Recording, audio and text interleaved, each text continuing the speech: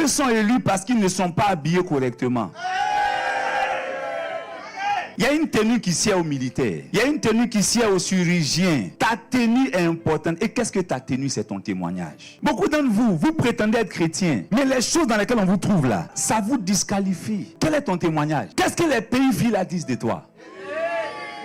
Il n'y a rien de caché qui ne sera découvert. Et vous qui pensez que c'est caché là, tes papos, tes messages, tes captures, tes nudes là, ça va sortir.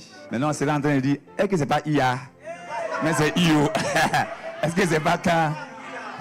Pendant que je parle, le cœur de quelqu'un est en train de battre comme ça. Tu étais en caleçon et tu as fait une photo pour envoyer quelqu'un. Tu es bien, hein?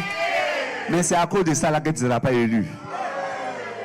Ton témoignage, ta couverture. Matthieu 22, verset 11. Le roi entra pour voir ceux qui étaient à table parce qu'il a invité des gens, il a appelé des gens. Il entra pour voir et il s'aperçut là un homme qui n'avait pas revêtu un habit de noces. C'est-à-dire qu'on t'a pris, c'est vrai, dans la rue. Mais quand la grâce t'a pris là, quand même, il faut changer de tête.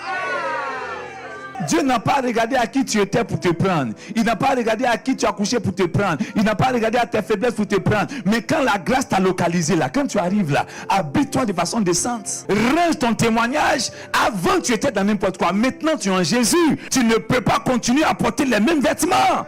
Tu ne peux pas continuer à avoir le même comportement. Tu ne peux pas continuer à faire les mêmes choses que tu faisais. Il lui dit, mon ami, comment es-tu rentré ici? Et lui, il est étonné. Il y a des gens à l'église. Leur témoignage n'a pas changé. Ouais, ils sont là.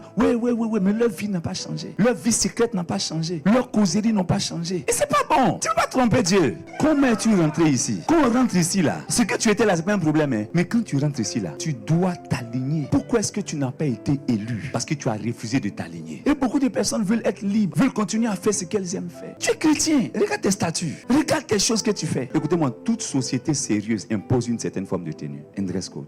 Toute société sérieuse. Les gars, si tu es ici, que tu sais que tes vêtements ne sont pas ça. Je ne parle pas de tes habillements, je parle de ton témoignage, ton image spirituelle. Quand on te voit, qu'est-ce qu'on voit? Qu'est-ce que tes amis disent? Comment est-ce que tu es entré ici? Tu es devenu serviteur, tu es même devenu berger. Et puis tu n'as pas changé de vêtements. Comment? Dieu même ne comprend pas. Il dit, comment? Maintenant, regardez la suite. Alors le roi dit au serviteur, liez-lui les pieds et les mains et jetez-le dans les ténèbres du dehors. Ça veut dire que tu n'as pas respecté son invitation. Quand tes propres camarades t'invitent à ton anniversaire, comment tu t'habilles pour passer?